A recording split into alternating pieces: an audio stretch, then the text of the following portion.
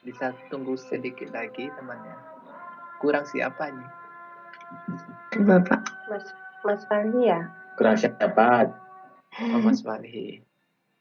Ingat-ingat. Nah, siapa lagi? Baru 11 ya? Kurang satu, Pak. Oh iya, kurang satu.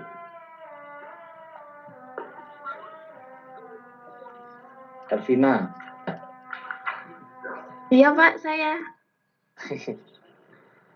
Mas Walhi Pak yang belum masuk. Sudah, Elvina sudah. Mas Ahmad Fauzi. Ahmad Fahri. Iya Mas Walhi Ya. sama Mas Fauzi. Iya Pak. Ya, 2 yang belum. Oh, 2 yang belum. Saya sudah juga Pak. Ahmad Fauzi sama Ahmad Fahri. Iya. Ya. Oke. Ini yang akan tampil dari kelompok berapa? Kelompok 5 Bapak. Kelompok 5. Siap. Oke, Assalamualaikum warahmatullahi wabarakatuh. Waalaikumsalam warahmatullahi wabarakatuh. Selamat siang, salam sehat semua ya. Sejahtera untuk kita semua. Ya, Pak. Alhamdulillah Selamat Pak. pagi, ini dari Papua ikut, dari Kamboja ikut. Iya, Pak. Ikut, Pak. Dari tanah air banyak yang ikut. Nah, silakan. Ini masih ada 2 yang belum masuk, mau ditunggu sambil presentasi atau nunggu sampai penuh. Yang presentasi siapa? Mas Senghong. Mas Senghong, ya, Senghong. Saudara Senghong sama Mbak Tata, Mbak Talenta. Mbak Talenta. Mbak Talenta. Mbak Talenta siap? Siap Pak. Oke, silahkan. Kalau begitu monggo dimulai saja silahkan. Bisa Permisi. dimulai sekarang, Mas Senghong ya. Ya, permisi Bapak dan teman-teman. Mungkin presentasi saya yang teman-teman sudah lihat di slide-nya bahasa Inggris ya. Dan mungkin saya dengan bahasa Inggris juga bikin mix dengan bahasa Inggris dan bahasanya ya. Jadi saya mohon maaf dulu kalau saya berbicara banyak dengan bahasa Inggris. Iya, nggak apa-apa. It's okay, no problem. Ya. Ini bisa share. Saya moderatornya Pak Anissa.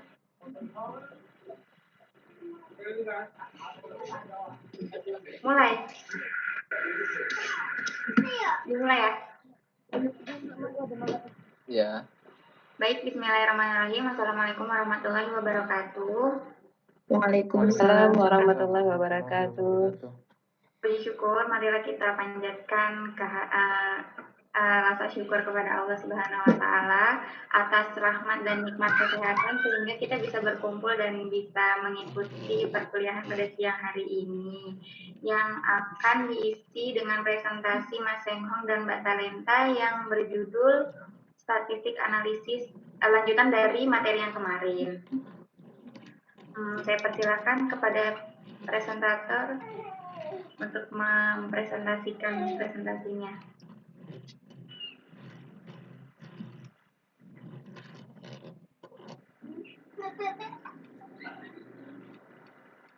Permisi, saya nggak dapat untuk share PPT. Mbak. Oh, sebentar, coba ya. Sebentar ya. Coba.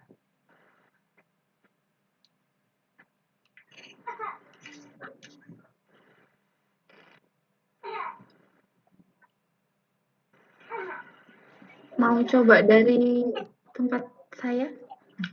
Oh, boleh Mbak. Punya Mbak Tata? Mbak, tolong bantuannya Mbak. Soalnya kalau saya di handphone Oke. Oh ya, sebentar. Ya, sebentar siap. Sebentar. Pina atau aku, Pin? Ini punyaku ya. Oh ya udah boleh. Oke.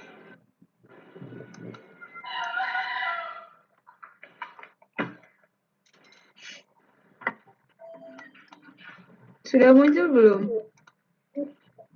Ya, sudah. Oke.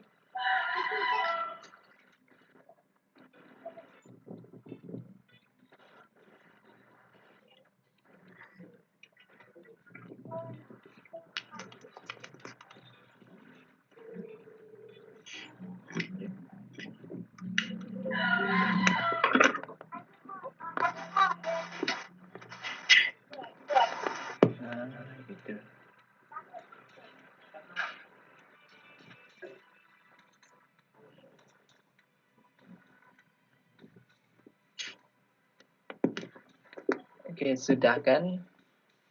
Jadi siap bisa mulai? Oke. Assalamualaikum warahmatullahi wabarakatuh. Waalaikumsalam warahmatullahi wabarakatuh.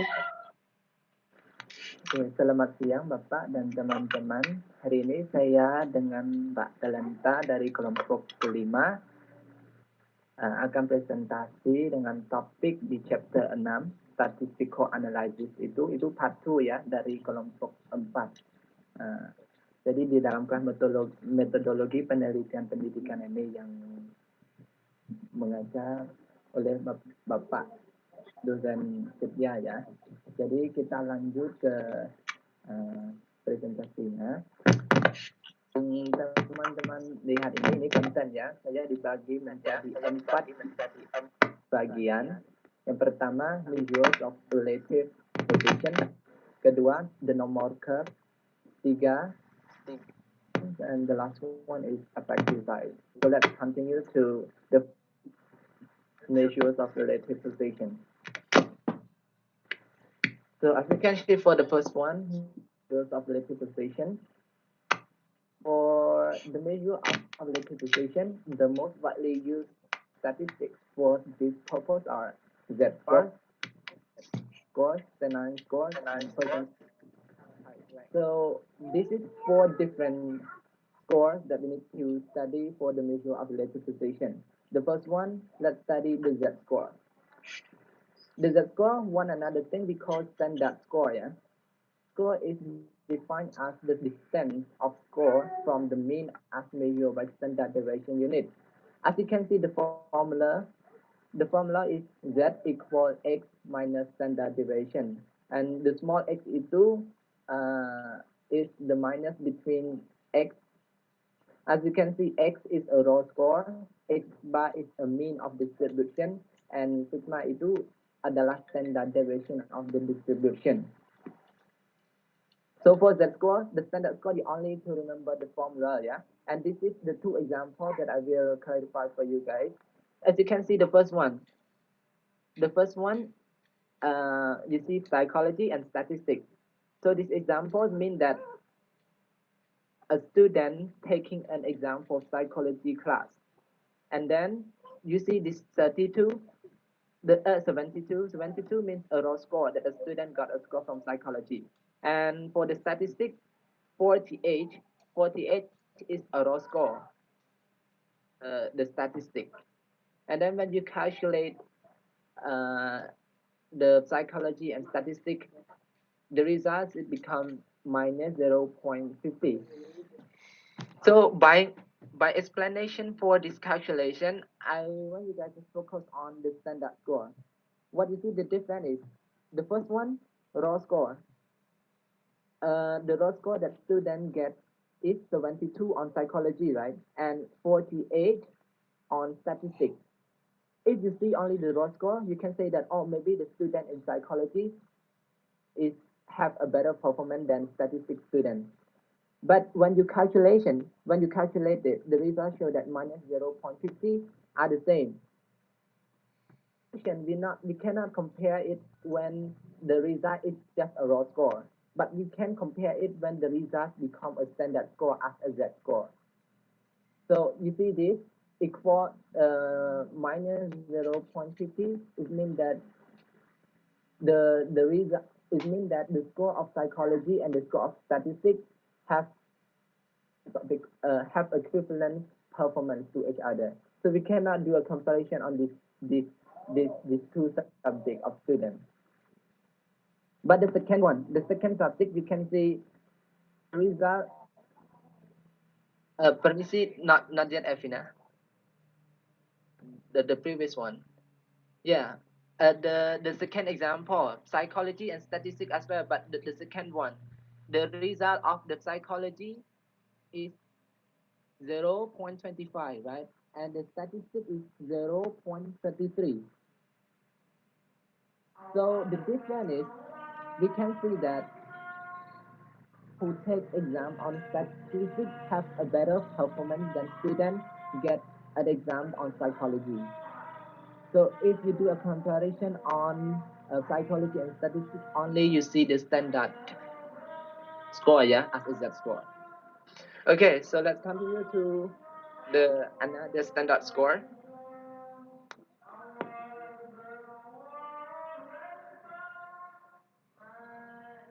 So yeah, Fina, let's continue to another score. Yeah, this is the second one, other standard score.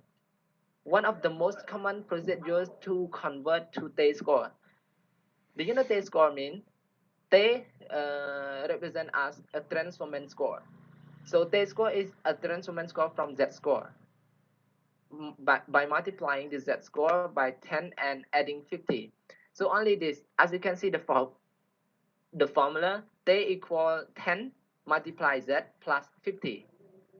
So as you can see the description, like we take Z to multiply by 10 and adding by 50, so it becomes T score. So the difference between Z score and T score is Z score shown the result as decimal, right? Comma itu. But for the T score, the result will show in scale of positive whole number. It's a number, it's not a decimal. As you see, the result of calculation is 40. So 40 is the positive whole number, right? But at the previous one, standard deviation, the result of standard deviation is minus 0.50. So it is a decimal number. Only that, the difference between T score and Z score. And as I told you at the moment, T score is a transforming score from the standard score as a Z score. Okay, only that. So let's move to the third one of standard score.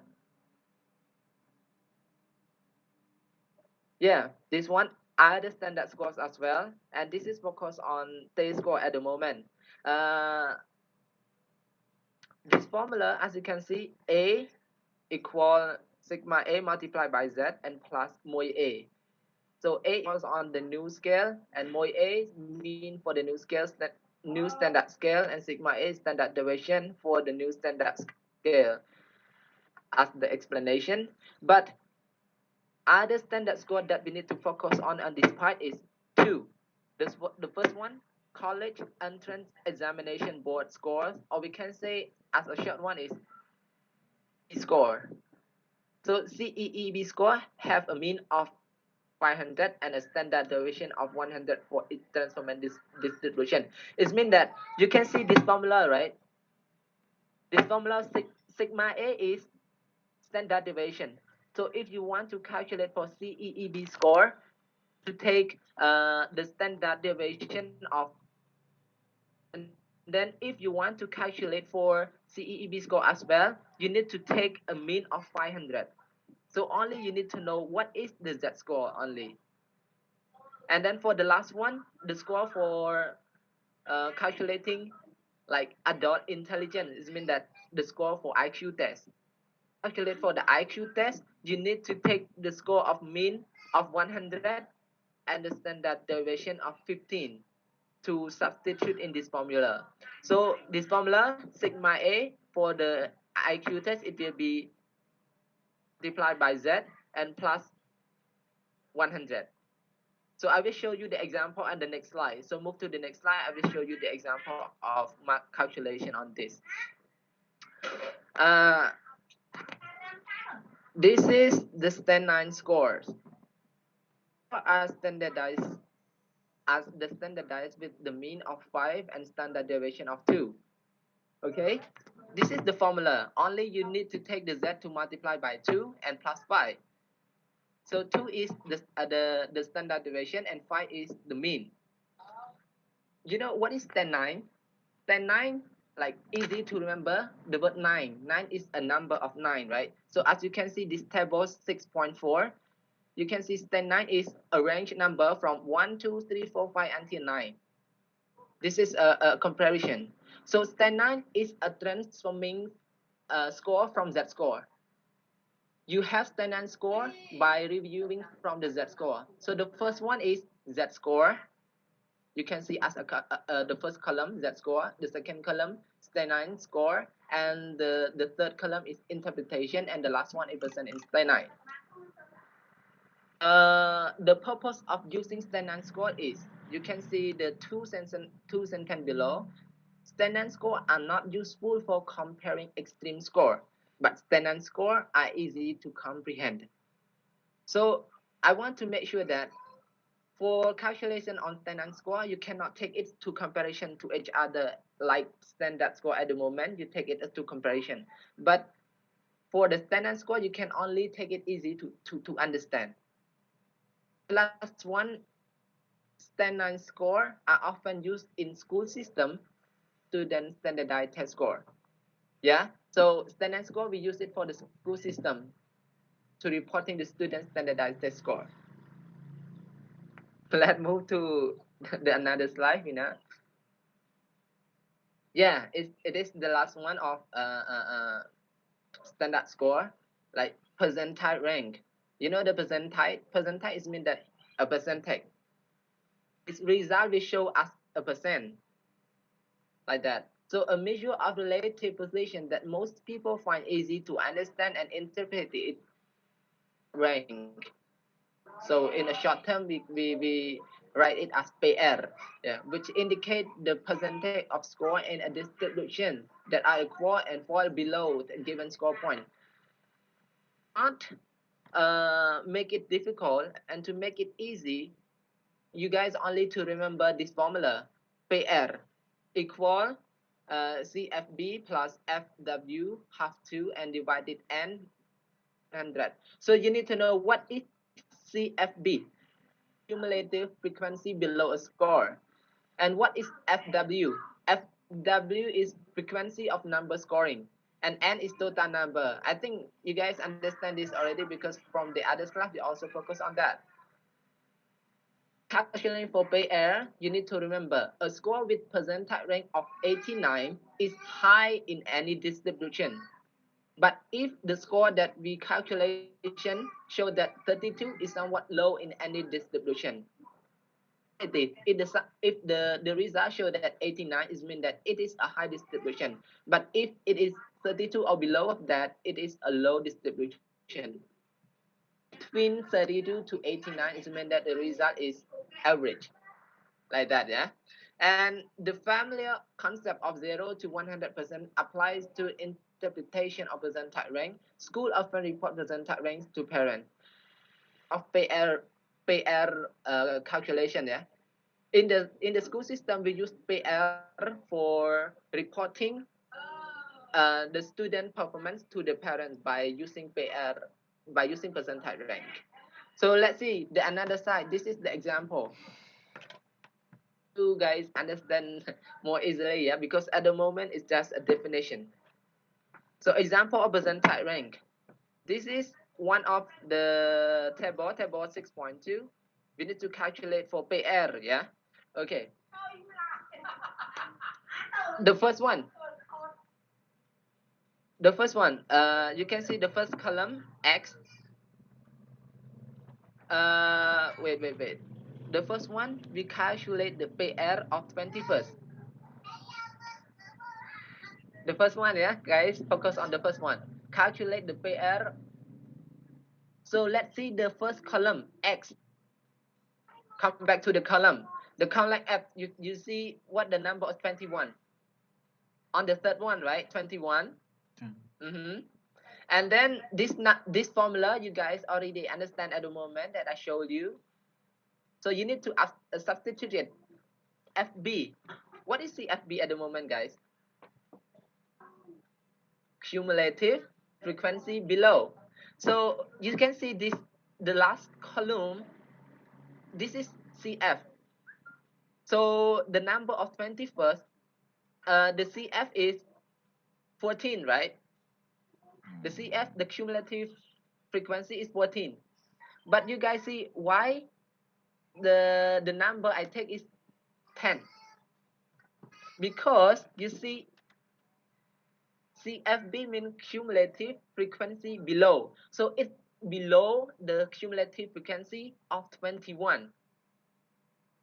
Begitu kan?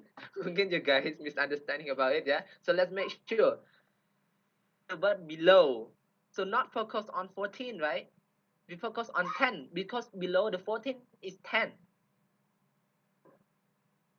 Okay, you substitute it. So CFB is 10. And then what is FW? Frequency within the scoring. So you only see the frequency of 21st. Frequency of 21st is 4. So you only substitute the 4 into it. And N, the exercise showed that N is 18. So by calculating this number, the result showed that. So what is 67 mean? 67 show the result at the moment, like this is the average performance. At the moment, do you remember 89 is a high distribution, right? And 32 is the low distribution. But the result, the chance is 67. So 67 is the result of showing that the result of percentile rank is average. Maybe it's gonna be high as well. Only that, yeah? So let's focus the second calculation for 18. Okay. So 18, let's see, which is 18? In X column, you see 18 is 1, 2, 3, 4, 5, 6. Yeah, the sixth one. 18. And CFB. First one we focus on CS. CS is 4, right? But CFB is mean cumulative frequency below is 2. So you take it as 2. Plus FW. So the frequency of 18 is 2. So you just only substitute 2 into it and then calculate it, it becomes 17. So the result of 17 show that this is the low distribution of performance for the student. Okay, only that, yeah, guys. So finish. So let's move to another slide. This is one of the explanation as a gambar for measure of relative position. This is show the process of deciding which index to choose for indicating relative position. Not explain too much because it might be make you confused on this, but I want you to focus on 4 things. See 4 things. The last one, you need to calculate for Z-score. The Z-score. And then the second one, you calculate for percentile ranks. You calculate for Stanine score. And the last one below, you calculate for T-score. So by seeing this, I think you can understand by yourself because this is a kind of symbol for of some standard score inside of it. Okay, yeah? So let's move to the part 2, guys. Don't make it complicated, make it easy. Ayo. Okay. The part 2 is the normal curve. I think normal curve, you guys already see it in class statistics as well. So the normal curve is a symmetrical distribution with the same number of cases of specified Z-score distance below the mean as above the mean. The normal curve we divided into a 2 part. Like the peak one is the mean, but the right mean is 50% and the left mean is 50%. Only that we need to remember about the normal curve. So for this normal curve, I will divide it into the 4 parts. The first part is standard deviation. The second, cumulative percentage rounded. The third one, percentile equivalent. And the last one is Z-score. Z-score, we will divide it into T-score, CEEB score, Stanine score, percentile in Stanine, and also the deviation of IQ test. So let's see the normal curve together. The next slide, you will see what is the normal curve be like. As you can see in this slide, right? Teman-teman, is it clear for this gambar? Yeah. Maybe it's a little bit not clear, right? Okay. To clarify on this gambar, only you see this curve. This is we call normal curve. And you at the moment we divide like standard deviation, cumulative percentage rounded, percentile equivalent, Z-score, T-score, CEB score, and Stanine score. When I point my mouse on the slide, did you see it? No? So that thing is because maybe you confuse what explanation. I see. If you can see my mouse pointed, it will be easy for you to understand because this is the complicated one. Okay, yeah. So let me think easy then. I will try to explain easy for you. I think you see this gambar already, this curve already from class statistics, right? So I will not make it complicated. Only you remember, if you see this curve, this is called normal curve. And the normal curve is not only to clarify only standard deviation, but at the moment, normal curve can be a normal curve of Z-score, normal curve of T-score, normal curve of CEEB score, normal curve of Stanine score, and also the IQ score. So this one, the horizontal line, you can see many horizontal line, right? And the vertical line is frequency. So the horizontal line represent in different score. I really don't know how to explain you guys by not seeing the mouse. It's difficult. But yeah, another thing that for you guys to understand is to remember this as a normal curve. Only that. And to explain detail how the number shown as like that, I think it's not easy to explain by this. So only if you see on this gambar, if you want to know something about this gambar, I will explain you guys later on the discussion part, yeah? Okay, so let's move to the part 3. Mbak Delanta will present you guys on the part 3 and part 4, yeah? Okay, so silakan Mbak Delanta. Baik.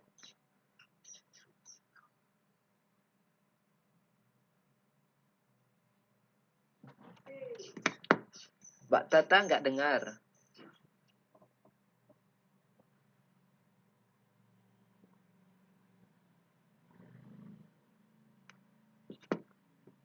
Mohon maaf ya teman-teman, mungkin Sebentar ya, bingung teman-teman. dengan itu.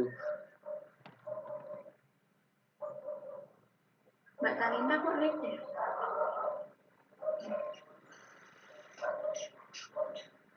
Oke, sudah bisa didengar ya suara saya? Oke, Bisa, Mbak. sudah. Oke. Nah, sebelumnya untuk teman-teman yang tadi sudah mendengarkan part dari Seng Hong, semisal ada pertanyaan, kami harap bisa ditulis di kolom komentar begitu ya, mungkin sembari menulis gitu, karena jadi selama ini kalau teman-teman berdiskusi dengan bahasa Indonesia mungkin Seng Hong kurang bisa menangkap gitu. Jadi agar Seng Hong juga bisa memahami apa yang ingin teman-teman tanyakan itu sembari ditulis di kolom komentar seperti itu. Nah, kemudian tadi saya kirimkan perhitungan di Excel dari korelasi Pearson. Mungkin teman-teman sembari bisa dibuka seperti itu karena ini saya akan membahas hal tersebut mengenai korelasi. Oke, langsung saja.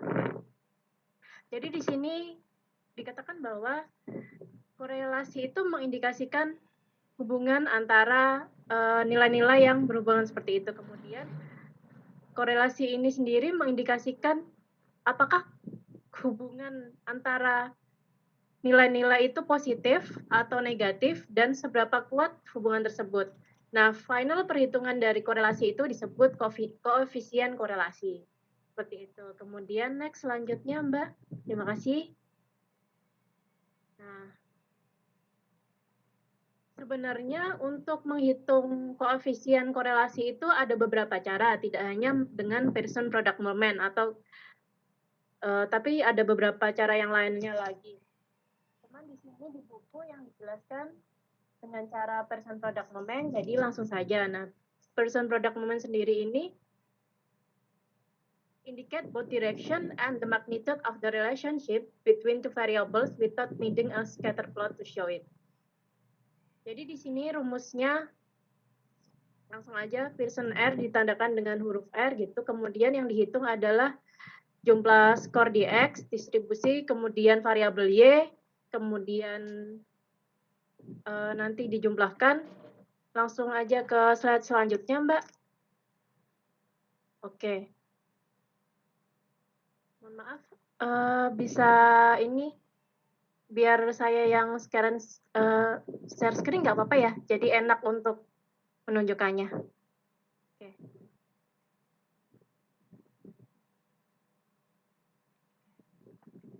Sebentar.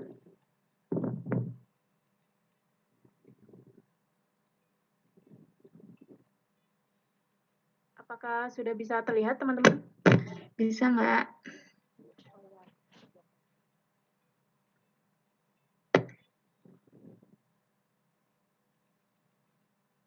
Nah, sembari memperhatikan yang rumus yang tadi. Jadi di sini langsung aja contohnya ini dari buku.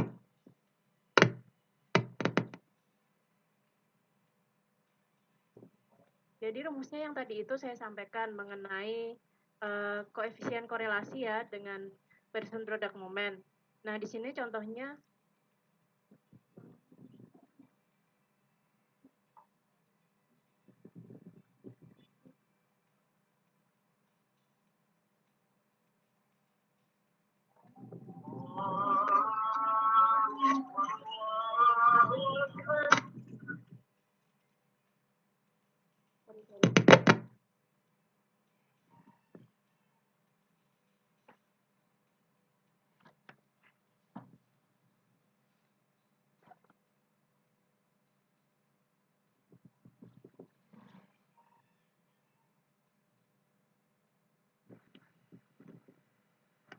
Gimana, Mbak? bentar, Mas. Jadi biar enak teman-teman juga jelas gitu ya. Apakah suara saya bisa didengar? Bisa. Oke.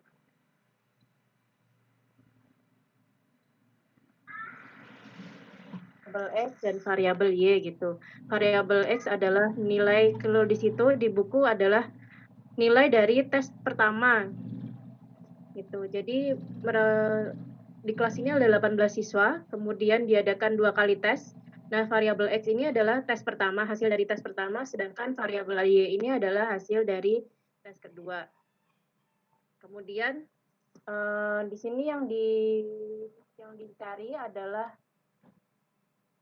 variabel X kuadrat, kemudian Y kuadrat, ini, kuadrat, dan perkalian antara X dan Y. Kemudian dicari semuanya, nilai kumulatifnya. Kemudian ini adalah perhitungannya ya. Tadi ada R adalah sigma XY dikurangi sigma X kali sigma Y dibagi N. Nah ini bisa dilihat R adalah G21 sigma XY dikurangi sigma X dikali sigma Y dibagi jumlahnya, N-nya adalah 18. Nah, dari sini dihasilkan yang tadi itu. Kemudian dibagi akar dari sigma X kuadrat dikurangi sigma X kuadrat dibagi N. Dikali sigma Y kuadrat dikurangi sigma Y kuadrat dibagi N. Sebenarnya ini mengikuti saja dari rumus-rumus yang sudah ada seperti itu, ini secara manual di kolom-kolom, nanti bisa dicek teman-teman. Nah, kemudian ini adalah nilai persennya. Nilai persen yang atas dibagi yang bawah, dihasilkan bahwa R hitungnya adalah 0,6757. Nah, kemudian dari situ dapat dicari apakah ada korelasi antara tes pertama dengan tes kedua di kelas itu. Gitu. Nah, cara melihatnya dari mana? Cara melihatnya adalah dengan melihat atau membandingkan dengan R tabel. Jadi di sini sudah disediakan R tabel seperti itu. Nah, dibandingkan bila digunakan taraf 5%, taraf kepercayaannya 19% dan nilai N-nya 18. Nah, didapatkan R tabelnya 0,468. Nah, coba sebentar saya tunjukkan R tabel.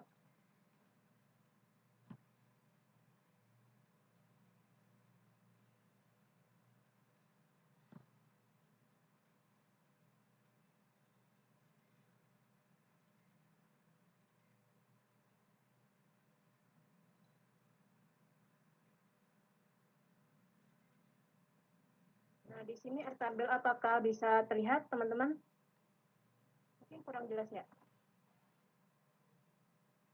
Halo? Halo, Mbak. Bukan, Mbak. Ya, bisa dilihat nggak untuk R tabelnya? Bisa. Bisa. R produk. Jadi kan di situ, mungkin teman-teman sama bisa membuka slide saya ya agar lebih mudah dipahami. Jadi kan di situ dicari tuh tadi sudah ketemu hasil dari R hitungnya berapa, kemudian kita cari di R tabel berapa. Dicari di sini N-nya 18, N-nya 18 dengan taraf signifikannya 5%. Di sini R18 ini ya, hasilnya adalah 0,468. Nah, maka di situ bisa kita lihat ya, ternyata R hitungnya tadi berapa? 0,675. Nah, di situ kita bisa lihat bahwa harga R hitung ini lebih besar dari harga R tabel, sehingga HO ditolak dan HA diterima. Ini rumusnya sebelumnya sudah diterangkan oleh kelompok sebelumnya, Mbak Balian itu yang mengenai HO dan HA. Kemudian dari perhitungan R hitung dari person product moment itu, kesimpulannya ada hubungan positif dan nilai koefisien korelasinya antara nilai tes pertama dan nilai tes kedua sebesar 0,6757. Kemudian yang selanjutnya adalah scatter plot.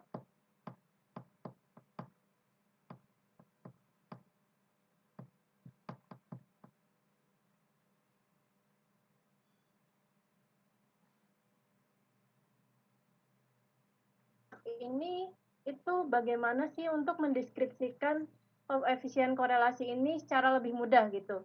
Seandainya kita tidak punya waktu untuk menghitung terlebih dahulu, kita punya data seperti itu, bagaimana mengetahui apakah ini ada korelasi atau tidak, kita bisa menggunakan scatter plot ini yang bisa langsung kita dapatkan di Excel. Jadi ketika teman-teman menginput nilai X dan nilai Y, kemudian di situ nanti akan ada pilihan untuk membuat scatter plot. Nah, scatter plot ini di insert.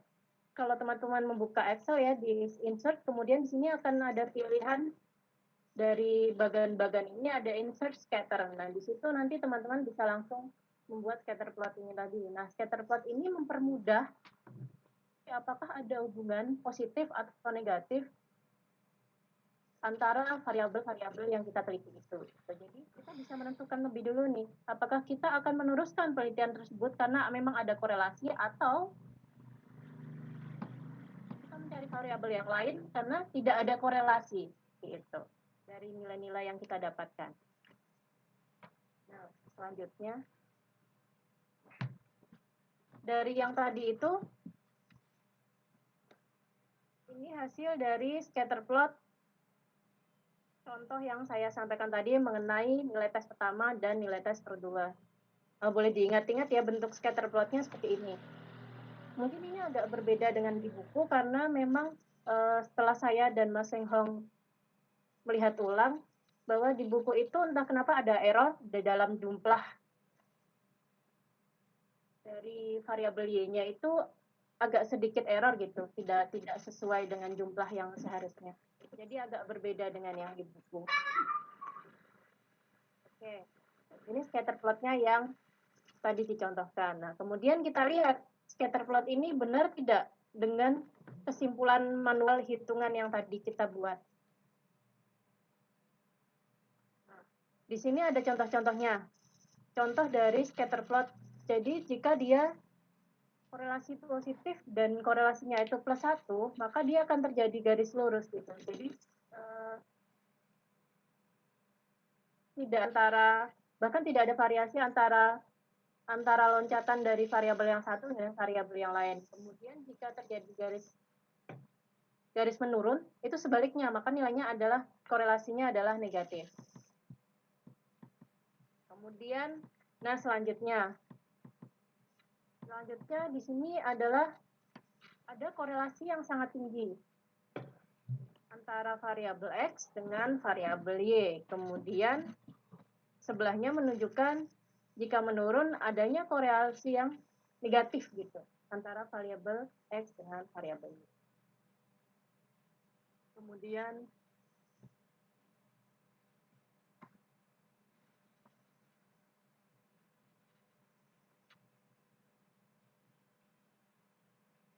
kemudian yang selanjutnya, jika titik-titik scatter plot itu didapatkan berpencar, maka korelasinya tidak terlalu kuat antara variabel X dengan variabel Y. Sedangkan jika kita tidak bisa melihat atau menentukan sama sekali apakah itu terjadi grafik yang naik atau grafik yang turun seperti yang dicontohkan di sini, ini kan kita tidak bisa melihat jelas ya, kita tidak bisa menyimpulkan ini sama sekali tidak ada grafiknya menaik atau menurun seperti itu. Maka ini adalah zero correlation atau tidak ada korelasi. Nah, di sini nanti kita bisa memutuskan gitu. Oh, ini ternyata zero correlation gitu, data yang kita dapatkan seperti itu. Kemudian dari sini kita bisa lihat ya, contoh yang tadi masuknya kemana? Masuknya adalah di sini. Dari nilai tes pertama dengan nilai tes kedua, dari contoh soal yang diberikan di buku itu terdapat korelasi yang positif seperti itu. Kemudian selanjutnya adalah curvilinear relationship. Pada hubungan yang berbentuk kurva, yang scatter plotnya berbentuk kurva, ini nilai dari X-nya itu meningkat seiring dengan nilai dari Y sampai ke poin tertentu. Kemudian itu juga itu akan menurun gitu di poin selanjutnya gitu. Jadi seperti klimaks seperti itu ya. Nah, kenapa bisa terjadi demikian? Gitu. Salah satu contoh kasusnya adalah hubungan antara anxiety dan performance, di mana ketika seorang individu itu mengalami anxiety yang tinggi, maka performanya juga menjadi lebih baik. Gitu. Contohnya adalah sistem kebut semalam. Nah, pasti teman-teman sering nih melakukan sistem kebut semalam. Entah kenapa sistem kebut semalam itu biasanya hasilnya justru bagus, gitu kan. Tapi jika itu dilanjutkan berlarut-larut, maka hasilnya bisa jadi sangat jelek, sangat buruk. Nah, ini jika diteliti akan didapatkan curvilinear relationship seperti ini. Seperti apa kurvanya? Nah, ini kurvanya. Kalau linear relationship kan dia akan terus menaik. Nah, kalau curvilinear relationship itu akan ada di mana titik puncaknya gitu ya, yang kemudian terjadi titik balik dan grafiknya kemudian akan menurun.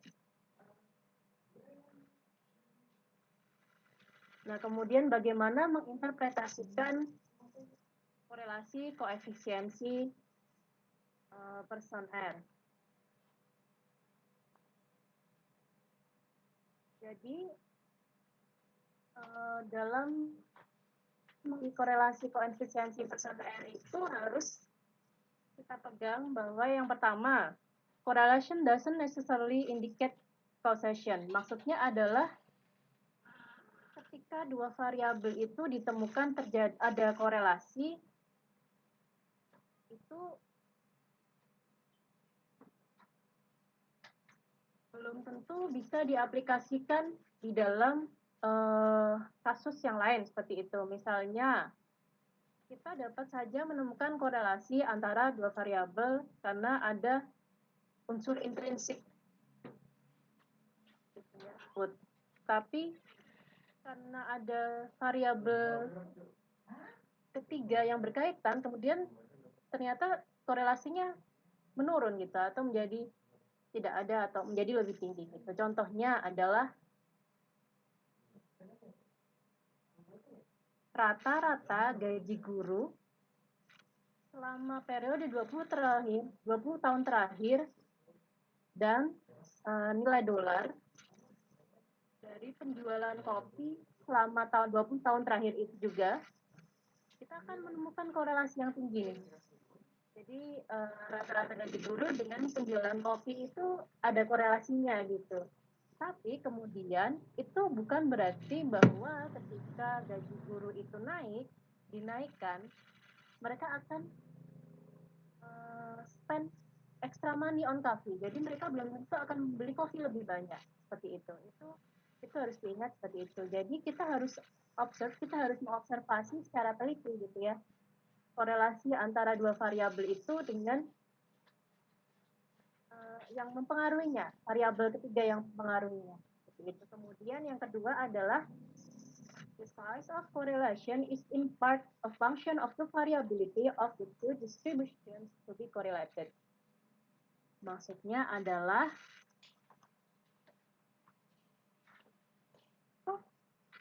antara dua variabel yang diteliti itu tentu sama gitu ya. Jika itu sampel yang kita pakai itu kecil, kemudian diterapkan ke dalam komunitas yang lebih besar. Misalnya di sini yang dicontohkan di buku ini adalah semakin tinggi seseorang, maka akan semakin dia baik dalam olahraga. Tapi statement ini bisa jadi benar gitu ya untuk populasi yang besar. Tapi kemudian ketika hal itu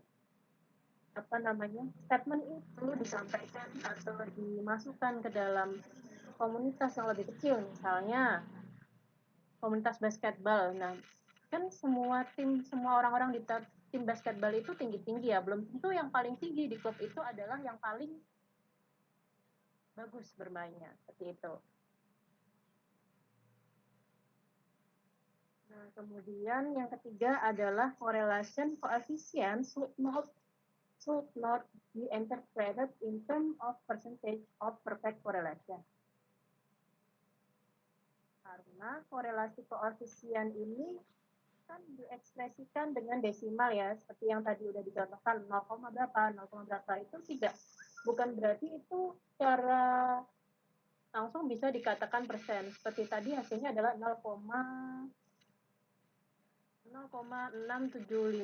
Bukan berarti itu adalah korelasi antara tes pertama dan tes kedua itu ada 67%, itu tidak gitu. Karena untuk nanti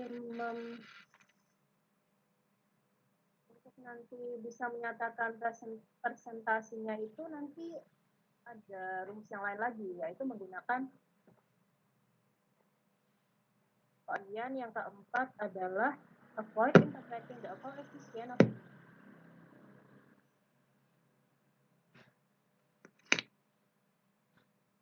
ini adalah, maaf, apakah suara saya masih bisa didengar?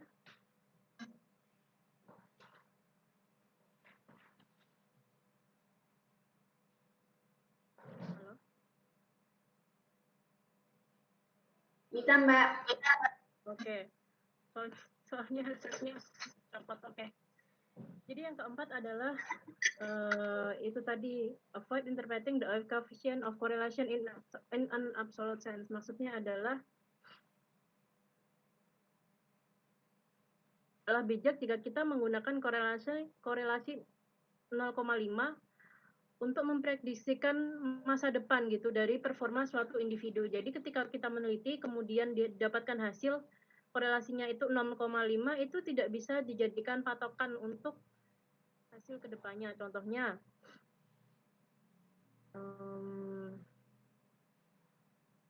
jadi ketika kita mencari antara siswa yang masuk itu nilainya bagus-bagus ke suatu universitas, belum tentu lulusannya juga bagus-bagus, seperti itu. Contoh sederhananya seperti itu.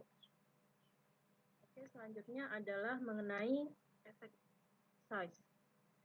Nah, effect size is statistic that has universal meaning to assess both the direction and the strength of a difference between two means. Effect size subtract the mean of the control group from the mean of the experimental group and then divides this difference by the standard deviation of the control group. Rumusnya adalah seperti ini. Ini dikeluarkan oleh Smith dan Glass pada 1977. Nah, di situ dihitungnya dengan rata-rata dari experimental group, control group, kemudian standar deviasinya yang dihitung adalah seperti itu. Contohnya, nah, ini adalah contohnya. Contohnya adalah ketika suatu eksperimen ini dijalankan di task behavior in the dependent variable. The experimental group reserve contingent reinforcement, maksudnya adalah ada reinforcer ketiga tadi itu ya, variabel ketika di luar kontrol itu dimasukkan ke dalam kontrol grupnya, itu rata-rata deviasinya 10, eksperimental grupnya itu 96 karena ada contingent reinforcement tadi, maka didapatkan bahwa efek size-nya itu 0,60. Namun kemudian eksperimen yang lain itu sama, dependent variable, tapi treatment versus placebo as the independent variable. Nah, di control group itu kan mendapatkan placebo. Nah, dia rata-ratanya 95, kemudian standar deviasinya 8. Kemudian dari grup eksperimennya itu rata-ratanya 97. Nah, efek size-nya 0,25. Nah, ini kan padahal sama-sama mendapatkan pihak ketiga gitu ya. Nah, ini dia adalah evidence bahwa contingent reinforcement ini lebih besar gitu di task behavior tadi dibandingkan dengan seperti itu. Jadi efek size ini tidak bisa hasilnya belum tentu sama gitu antara eksperimen satu dengan yang lain. Kemudian yang selanjutnya, nah di sini Cohen pada 1988 ini dia menyederhanakan hasil dari efek size itu. Cohen menyatakan bahwa jika didapatkan efek size-nya 0,20 maka consider, kemudian jika 0,50 medium, kemudian jika 0,80 maka large. Nah, contoh yang sebelumnya kita dapatkan bahwa dengan contingent reinforcement ini di task behavior dia efek size-nya berarti medium ya, karena 0,60. Nah, namun di drug treatment itu dia placebo-nya ini hanya 0,25 gitu. Jadi termasuk ukuran dari efek placebo-nya itu kecil seperti itu. Itu menurut tadi itu. Nah, namun demikian Cohen itu memberikan rumus sendiri gitu. Nah, ini adalah rumusnya, dia dihitung efek size lebih detail. Dia ada rata-rata satu grup, kemudian rata-rata grup yang satunya, kemudian ada jumlah skor deviasinya, kemudian kuadrat jumlah skor deviasi dari grup kedua, kemudian ada nanti banyaknya variabelnya di grup pertama dan grup kedua, sehingga itu bisa dibandingkan nanti. Efek size ini bisa dihitung berdasarkan bermacam-macam statistik gitu ya, tidak hanya X1 dan X2 gitu. Koefisien dan determinasi juga bisa termasuk ke dalam efek size tadi itu untuk korelasi. Nah, efek size ini dependent. Namun demikian, jika ukurannya besar, maka bahwa dia bisa langsung dibandingkan dengan sampel yang lebih kecil. Mungkin sekian dari kami. Assalamualaikum warahmatullahi wabarakatuh. Terima kasih. Saya kembalikan kepada Waalaikumsalam warahmatullahi wabarakatuh. Baik, terima kasih Mbak Talenta dan Mas Enhong atas materi yang sudah disampaikan. Jadi, adakah pertanyaan untuk presentator dari teman-teman?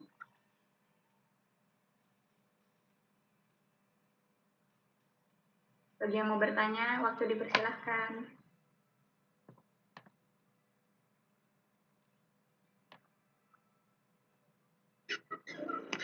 Ya, very complicated ya teman-teman. Saya pikir itu juga. Banget, very Mumet kan. Kata dari Andri itu. Oh, complicated. Jadi bisa ditanya ya, dan kita diskusi bersama. Kalau pertanyaan nggak dapat dijawab, mungkin bisa catatan dan langsung ke Bapak untuk menjawab itu. Jadi kita diskusi.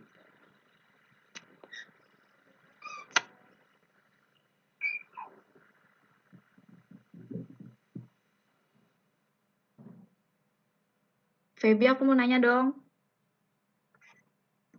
Boleh, Vina. Ini yang di Sebentar. penjelasannya Mas Hong tadi sih diulang sedikit aja. Yang di slide tadi ada yang angkanya beda itu loh. Aku kurang jelas di situ tadi, sinyalnya agak buruk. Yang angkanya beda di mana ya, Vina?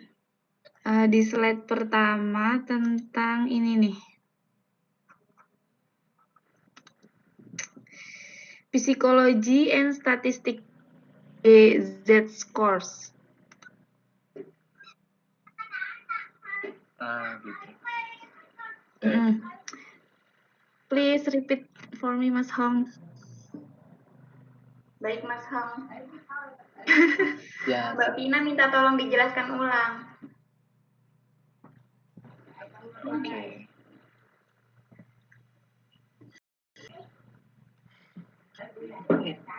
Bisa dilihat kan share slide? Bisa. Yes. Ini pertama saja yang saya bisa share slide, yang tadi tidak. Slide berapa? Oh, nah ini nih, yang itu psikologi and statistik yang bawah itu kan ada. Tadi ada langsung nambahin sedikit gitu. Kata-katanya apa gitu lupa. Kenapa kok itu beda? Bedanya karena apa gitu tadi ya? Jadi ini slide ini ya? Iya, yes. Apa pertanyaannya tentang contoh ini kan? Iya, yes. Please repeat. Gini, bisa you guys bisa lihat mouse saya, mouse nih yang Yes, kalau itu lebih mudah. Hanya 72 ini adalah apa? Raw score kan? Dan 48 ini raw score dengan mata kuliah statistik. Oke. Jadi biasanya kita hanya lihat 72 dan 8 ini kita melihat mungkin student yang dapat skor 72 itu is better than the student get the score on statistic itu kan? Iya, benar-benar. For the school system, for calculation, you need to focus on standard score, not raw score. If you answer the raw score, it might be wrong, right? Because standard score, you have a calculation between raw score x minus x bar mean, and then calculate by standard deviation to compare. If you want to do a comparison between students who got on psychology and statistics, only you do score. So if the result show that, you see the result show that minus 0.50 and minus 0.50 the same, right? The conclusion, we can say that students who got a score on psychology exam and on statistics exam are equivalent. Itu sama-sama. Tidak bisa dikomparasi. Itu saja. Dan contoh kedua ini. Ya, contoh yang kedua. 81 ini raw score dari psikologi dan 53 ini raw score dari statistik. Kalau kita lihat saja, oh mungkin orang-orang yang tidak understand dengan Z score itu mungkin pikir 53 ini is not better, but 81 is better than 53 itu kan. Tapi when you calculate for Z score, you see that student who get 81 in psychology is 0.25, but student who got 53 on statistics is 0.33. So it means that the student who got a score of 53 on statistics is more better than psychology. Only that. Okay. Sudah paham, nah? Now. Yes. Okay. I understand now. Thank you, Mas Hong. Okay, yeah. I'm happy that you understand, ya. Maybe you can explain pas tadi yang kurva-kurva itu loh. Kan Masnya udah bisa nih. Kurva apa? Yang normal, tidak normal tadi kan. Nah, iya kan tadi kan Masnya nggak bisa. Ya. Ya, oke, ini ya. Oke, coba lihat ya. Sakit. Maaf. Wait. Full screen.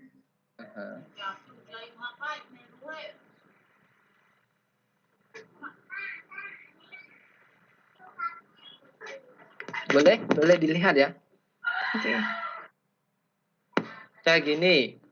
So untuk nomor curve yang kita lihat dalam kelas statistik, kita hanya lihat dengan standard deviation itu kan yang kita lihat.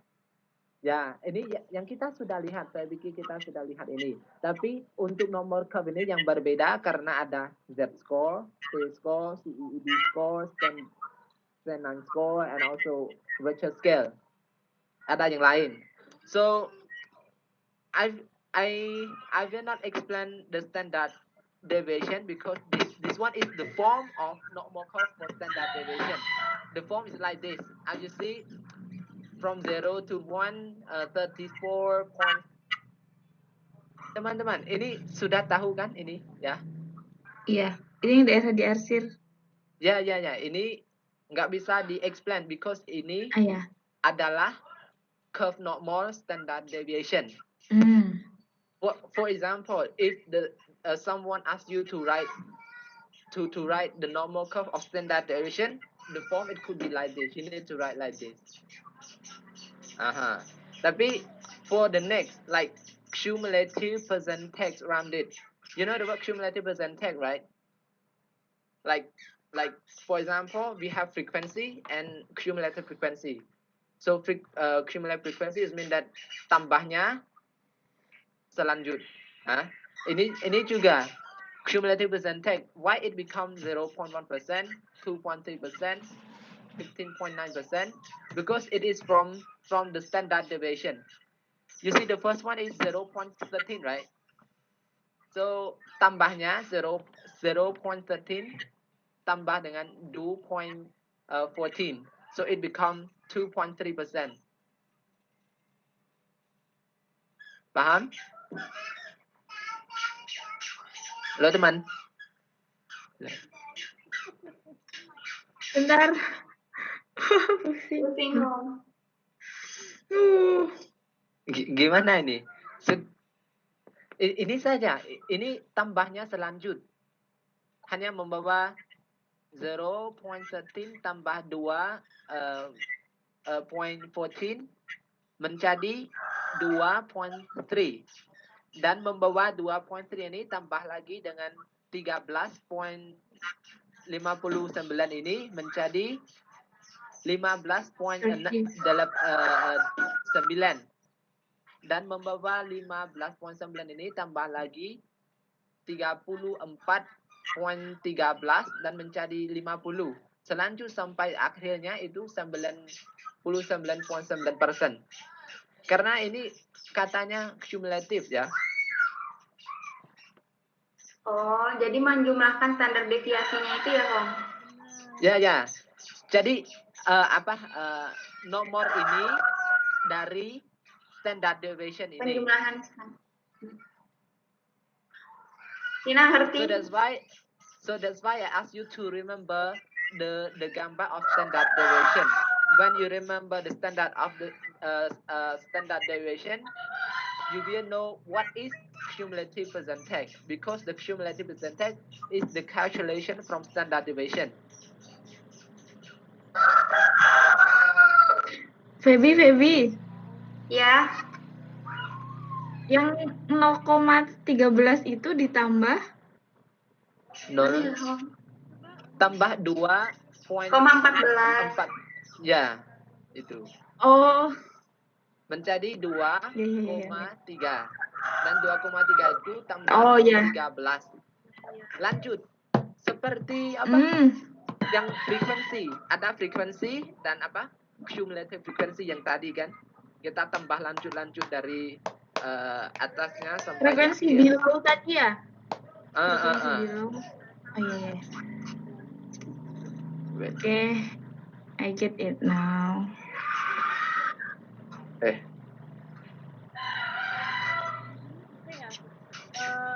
Kadang suatu cara itu tidak bisa begitu saja diaplikasikan kepada case tertentu gitu, karena saya bandingkan yang ada di buku itu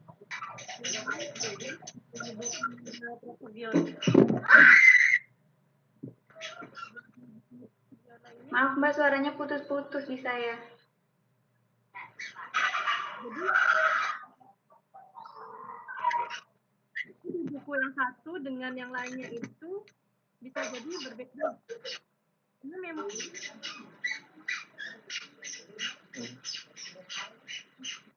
nggak ada suaranya. Jadi buku antara satu dan yang lain nggak sama gitu ya? Rumusnya. Mungkin kayak yang kemarin pas Feby itu ya sama yang di statistik beda gitu. Iya. Gitu.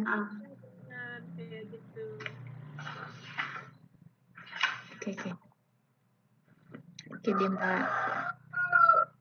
Baik, masih ada diskusi selanjutnya.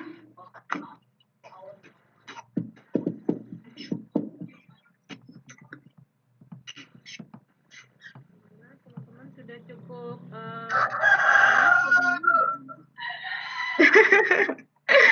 Panas banget Mbak. Jika sudah kita tanya ke dosen saja, ke Bapak Setia. Boleh kalau nggak ada pertanyaan lagi. Baik. Bisa ya teman-teman, karena saya mungkin ini bingung juga kalau tanya jam banget, dan semua kalau tanya jam banget, semua presenter dengan yang orang yang tanya itu bingung bersama. Compare ya bingungnya. Nah, ini nomor ya, bukan seperti berbicara yang lain. Ini kalau nomornya tidak bisa lihat langsung itu ya Sulit. Ya, makanya kan tadi aku kasih contohnya di Excel ya, jadi bisa langsung di otak-atik dilihat nih. Oh, datanya ini, perhitungannya seperti ini. Aduh. Gitu. Oke, baik.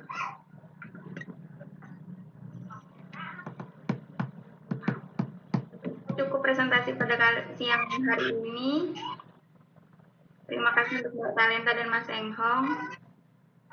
Selanjutnya kita serahkan ke Bapak Setia Harja untuk menjawab pertanyaan-pertanyaan. Ada pertanyaan? Oke, terima kasih.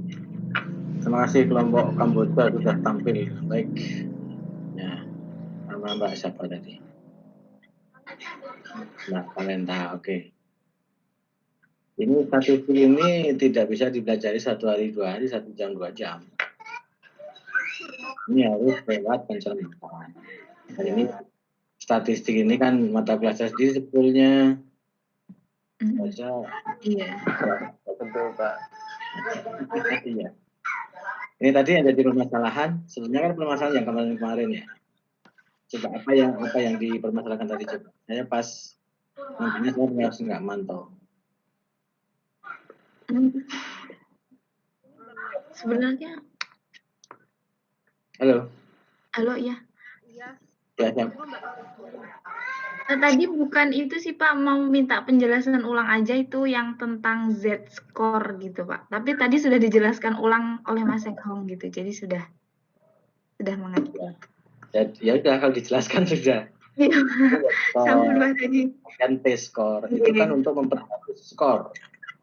Jadi skor kasar itu dibuat kurva normal, kalau nggak normal misalnya ya, kemudian kita konversi ke Z-score atau T-score. Kalau Z-score ada minusnya, kalau T-score nggak ada. Nah itu dalam upaya untuk memperhalus bagaimana data di sampel itu seperti apa kalau dikaitkan dengan hasil kurva normalnya. Itu kan utak-atik statistik saja untuk perhalusan skor. Nah kalau data kita sudah kasar dan sebagainya kan sudah halus dan sebagainya kan tidak usah. Itu biasanya dipakai untuk menyeragamkan skor antara skor kelompok satu dan skor kelompok lain biar setara, kemudian nanti biar bisa kita lihat komparasinya itu. Biasanya seperti itu untuk mediasi ke sana. Untuk cara menghitung tadi udah pinter semua, saya kira pakai Excel dan pakai apa silahkan. SPSS sudah bisa belum? Belum Pak. SPSS belum. Belum Pak. Belum, Pak. Ya itu analisis paling populer ya di setelah Excel. Excel itu kan apa namanya advance-nya saja untuk analisis korelasi dan seterusnya. Kalau mengenal SPSS mungkin Anda nggak mau pergi dari komputer dan menganalisis saja. Semua yang Anda inginkan ada di sana, tinggal kita belajar memahaminya. Angka itu, hasilnya ini dan sebagainya itu ada di sana. Itu prinsipnya ya, saya kira. Yang jelas untuk urusan metode penelitian sama itu setiap kali Anda menggunakan atau mengutip itu sumbernya jelas. Bukan kata orang, bukan kata pembimbing, tapi sumber. Nah, sumber untuk statistik, kemudian metode penelitian yang kuat itu Anda bisa mencermati dari penulisnya. Nah, track record penulis atau sekolahnya penulis itu memang di bidang itu atau tidak. Karena statistik itu salah sedikit saja nanti kesimpulan kita juga salah. Ya, karena itu kita perlu mencari sumber yang memang sumber akurat, yang misalnya kuat untuk kita percaya. Biasanya matematika dan sebagainya itu tidak mesti harus sumber baru, bahkan sumber tahun yang dulu itu menjadi sumber andalan untuk statistika, untuk matematika dan seterusnya. Terima kasih. Ternyata hanya satu kelompok saja sudah panjang banget ini. Tapi habis ya kita ya. Gimana Pak? Habis ya kelompok kita ya. Masih ada satu lagi Bapak. Satu Pak. Satu lagi. Iya, ya kita dihabiskan minggu depan, kemudian nanti kita lihat kelanjutannya untuk membahas yang lain. Oke? Ya, baik Bapak. Monggo, terima kasih atas partisipasinya, terutama di Kamboja itu nggak usah pakai pesawat, udah sampai sini. Mohon maaf ya, kasih. Pak. Udah bagus, pesannya bagus ya. Yang bagus pasangannya atau sendoknya ya. Oke, terima kasih, selamat siang. Assalamualaikum warahmatullahi wabarakatuh. Waalaikumsalam warahmatullahi wabarakatuh. Selamat siang ya, Naji. Selamat Terima kasih Pak. Ya. Yuk, Nelson. Nelson, ya. Iya, saya Iya, masak Pak. nasi sama sop ya. Iya, Pak. Iya. Ini udah lapar ini, Pak. Bisanya Lapar. ke pasar beli sop, bisanya cuma itu. Iya, Pak. Oke, assalamualaikum Kang Aceh. Saya tutup ya. Iya, Pak. Pak, iya. Teman-teman, Bu Eti, ada pertanyaan kah? Semangat, Ida. Ada pertanyaan kah? Aku satu aja yang kemarin. Iya, Semangat, Terima kasih ya semangat. teman-teman. Terima kasih, Mbak Tata.